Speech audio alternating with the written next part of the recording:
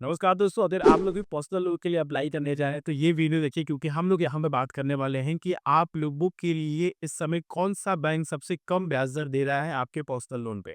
दोस्तों, उससे पहले एक चीज़ और मैं आप लोगों से डिस्कस करना चाहूँगा कि आप लोगों को पर्सनल लोन कब और किन कंडीशन में लेना चाहिए और किन कंडीशन में अवॉइड करना चाहिए। जिससे कि आप लोग एक प्रॉपर प्लानिंग भी कर सको और इस चैनल का उद्देश्य यही है कि आप लोगों को सही तरीके से गाइड कर सके और आप लोग सही डिसीजन ले पाएँ। सबसे पहले तो पर्सनल लोन आप सभी को पता है कि हमारे जो भी क्रेडिट स्कोर होते हैं उसके अकॉर्डिंग हमें हमारी ब्याज दरें मिलती हैं। अगर हमारा क्रेडिट स्कोर 750 के ऊपर है, तो हमें जो लोवेस्ट ब्याज दर है, वो मिलने की उम्मीद ज़्यादा होती है। तो यहाँ पे अलग-अलग कंडीशंस होती हैं, जैसे कि अगर आपका क्रेडिट स्कोर कम है, तो वहाँ पे आपको ज़्यादा ब्याज दरें देनी पड़ सकती हैं। ज जिस बैंक में आप लोगों का 10% 11% ब्याज दर है, उसी बैंक में आप लोगों को 13 से 14% की ब्याज दरें देनी पड़ सकती हैं, क्योंकि आप लोगों का क्रेडिट स्कोर खराब है। तो सबसे पहले अगर आप लोगों का क्रेडिट स्कोर खराब है, तो आप लोग इसको इम्प्रूव कीजिए, तब जाकर के आप लोग पर्सनल लोन के लिए अप्लाई कीजिएगा। वरना आप दूसरे लोन के ऑप्शंस को देखो, कोलेटरल लोन्स की तरफ भी देख सकते हो, यानी कि चीज़ों को गिरवी रख करके आप उन पे लोन लोगे तो वो लोन आप लोगों के लिए ज़्यादा सस्ता पड़ेगा और यहाँ से आप लोगों का जो क्रेडिट स्कोर है या फिर सिबिल स्कोर जिसे आप बोलते हैं, वो भी इम्प्रूव होगा। दूसरी कंडीशन दोस्तों कि आप किस प्रोडक्ट के लिए या फिर किस चीज़ के लिए आप पर्सनल लोन ले रहे हैं, ठीक है? अब मान लीजिए कि आपको कोई घर खरीदना है जिसमें आप लोगों को 2-3 लाख रुपए, 10 लाख रुपए की ज़रूरत है, उसके लिए आप पर्सनल लोन उठाने जा रहे हो और आप लोगों के पास अगले महीने या फिर 6 महीने में वो पैसा आकर के चूक जाने वाला है, तो उस कंडीशन में तो वेल एंड गुड है, आप अच्छे पर्पज़ के लिए लोन ले रहे हो।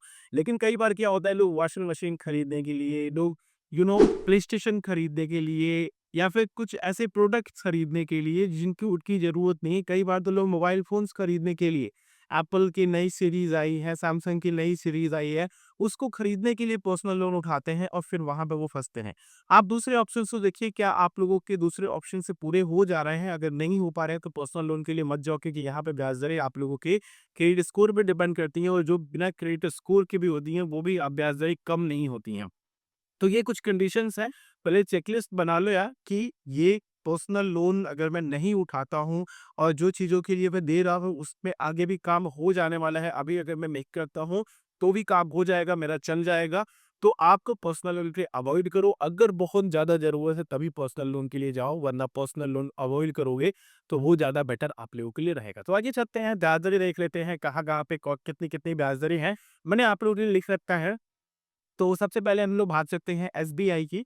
तो ये आप लोगों का अमाउंट के ऊपर भी होता है। अगर आप इतने अमाउंट तक अप्लाई करते हैं तो इतना ब्याज दर आपको मिलेगा, ठीक है? और ये जो भी ब्याज दरें मैं आपको बता रहा हूँ, ये ब्याज दरें होंगी आपकी शुरुआती, यानी कि यहाँ से इनका शुरुआत होगा।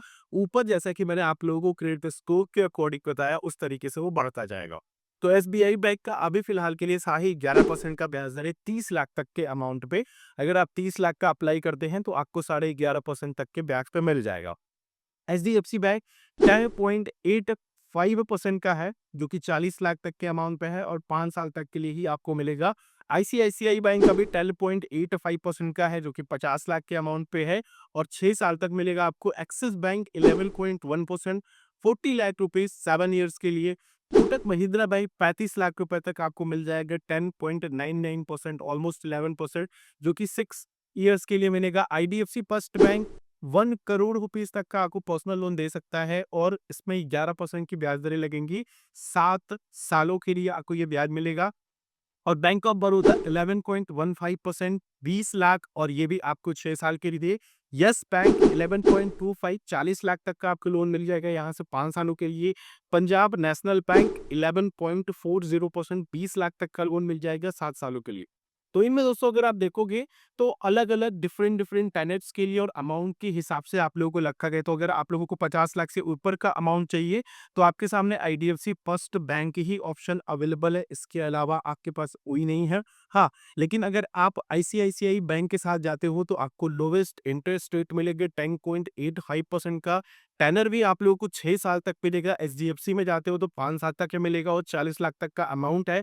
ब्याज दरें सेम है और 50 लाख तक आप लोग आईसीआईसीआई बैंक में अप्लाई कर सकते हो लोन के लिए। अब इन दोनों ही बैंकों में अगर आप देखते हो तो टेनर का फ़र्क है, बाकी आप लोगों का अमाउंट जो है वो 10 लाख ऊपर-नीचे है। तो कुल मिला-जुला कर के ओवरऑल जो बेस्ट बैंक आप लोगों के लिए निकल कर के आता है आईसीआईसीआई बैंक, और ये दोनों प्राइवेट बैंक्स आप लोगों को इन सभी में से सबसे लोवेस्ट इंटरेस्ट रेट ऑफ़र कर रहे हैं।